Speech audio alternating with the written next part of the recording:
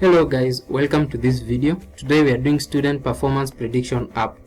So on the project summary, this project is a Flask-based web application that predicts student performance using a machine learning model. The model processes the data and returns a prediction regarding the student's performance. So on the libraries used, so Flask was used for creating the web application. Joblib was used to save and load the pre-trained machine learning model. NumPy was used for handling numerical data. Scikit-learn was used to train the model and evaluate its performance. On to the model details. The machine learning model used in this project is trained using scikit-learn. It is saved using Joblib and loaded within the Flask application. The model takes 5 numerical features as input and predicts a categorical outcome presenting the student performance, which is a grade between A to E, whereby A is the best and E is poor performance. So onto the model accuracy, 3 models were used and the best had achieved a 90% accuracy. So the models that were used were Logistic Regression, SVM, and XGBoost. So like it is visualized in the diagram on the screen, XGBoost came on top with up to 90% accuracy.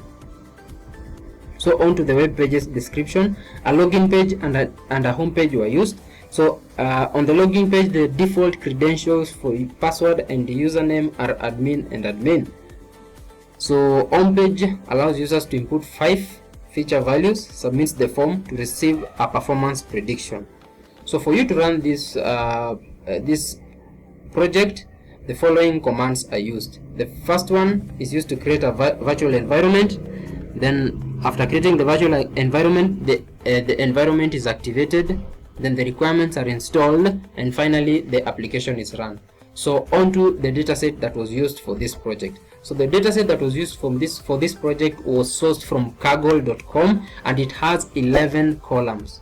The columns include gender, race or ethnicity, whereby the race or ethnicity was divided into group A, group B, group C, and group D. So the next column is parental level of education. Then the next one is lunch. The next one is test preparation, whether or not they completed or they did none. Then we have year 1 score, year 2 score, year 3 score, all the way to year 4 score. And then the final grade, the final average that was obtained by the student, and then finally the grade. Now let's go to the Jupyter Notebook. So onto the Jupyter Notebook. This is the Jupyter Notebook where the pre-processing, training, evaluation, and finally saving of the model was done. So as you can see here, the dataset was loaded at this line. Then data pre-processing was done. As you can see, this is the last 5 rows of the dataset, and then these are the first 5. So as you can see, the shape of the data consisted of 1000 rows and 11 columns, as I said earlier. So coming down here, you see this is the imputation. Categorical values were encoded and converted into numerical values for the sake of model training. The dataset was split into 80 and 20% for training and testing respectively. Finally, the machine learning models were called and logistic regression was used, SVM and extreme gradient boosting. So they were trained and the evaluation was done, and extreme gradient boosting came out on top with an accuracy of about 90% and the lowest MSC and RMSC values. So finally the last model, which was the XGBoost, which was selected, was finally trained on the whole dataset, and it was finally saved here using the framework called Joblib, and it was saved as model.pkl. So the next thing we are going to do is we are going to the directory of the project. So onto the directory of the project, when you reach here, you see various folders. The first folder is static. The static folder contains the background image that was used throughout the user interface. Then onto the templates folder, it contains the home page and the login page HTML codes. Then finally the Venv, this was the Python environment that was used to run the project. app.py is the Flask code that was used to deploy the model. Then this is the model itself. It was saved as model.pkl. Then these are the requirements needed to run the project. This is the Jupyter notebook, and then this is the dataset. So for you to run the project, all you need to do is just navigate to the command prompt. Once you are in your terminal, in Windows we call it command prompt. In Mac I believe it's called a terminal. So once you're in your terminal, the first thing you need to do is to activate your Python environment.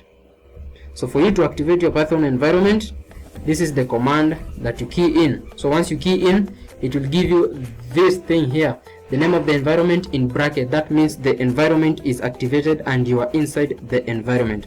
So for you to run the project, you need to just type python app.py.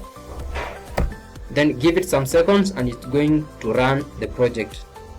So after it runs the project, it will give you a link. You will go copy the link, then paste it on your preferred browser. So this is the link. Then you are going to copy it, then paste this link on our preferred browser, which in this case is Chrome browser. So once you paste it, the project is going to run. And as you can see, the first thing here we get here is the admin page. So the login page. So in the login page, the default credential, as you said earlier, are admin for username and password respectively. So once you key in admin for both username and password, it will take you directly to the home page. So in the home page, you need to key in all the details that are required. For example, the gender of the student. Let's say maybe the student, whether it's male or female. Then the student race or ethnicity, you will key it down. The next thing is the parental level of education. Where did the parents study up to? Then let's say the parents studied up to the bachelor's degree. Then the lunch type, it's either standard or free or reduced. So let's say the student had a free or reduced lunch. Then the test preparation course, let's say the student did not complete any. Then the year 1 score, what were the score of the student in their year 1? So the first thing, our first prediction, we are going to use very low scores. For example, let's say he scored 30, an average of 30 on the year 1. Then on year 2, let's say they scored an average of 25. Then let's see the prediction. Just click on the predict button, and this is the grade. The predicted grade is E. Then the model recommends it generates a recommendation, which is pull up your socks and work harder. Then we can do another prediction. Let's say now this time the student is female, then the ethnicity is from group E, then the the parental level of education is high school, then the lunch type is standard, and then the test preparation course were completed. Then the year 1 score, let's say they scored 85. Then year 2 score, they scored an average of 95. So let's see what this student is going to score as their final grade once they are through with their 4-year course. So the model has predicted that the student is likely to score the predicted grade that the student is likely to score is a grade of A. Then it recommends that congratulations, excellent work. So this was the model and this was the output, as you can see. So for you to get the details about the project, they will be pasted in the links down in the description below the video. Thank you and have a nice time.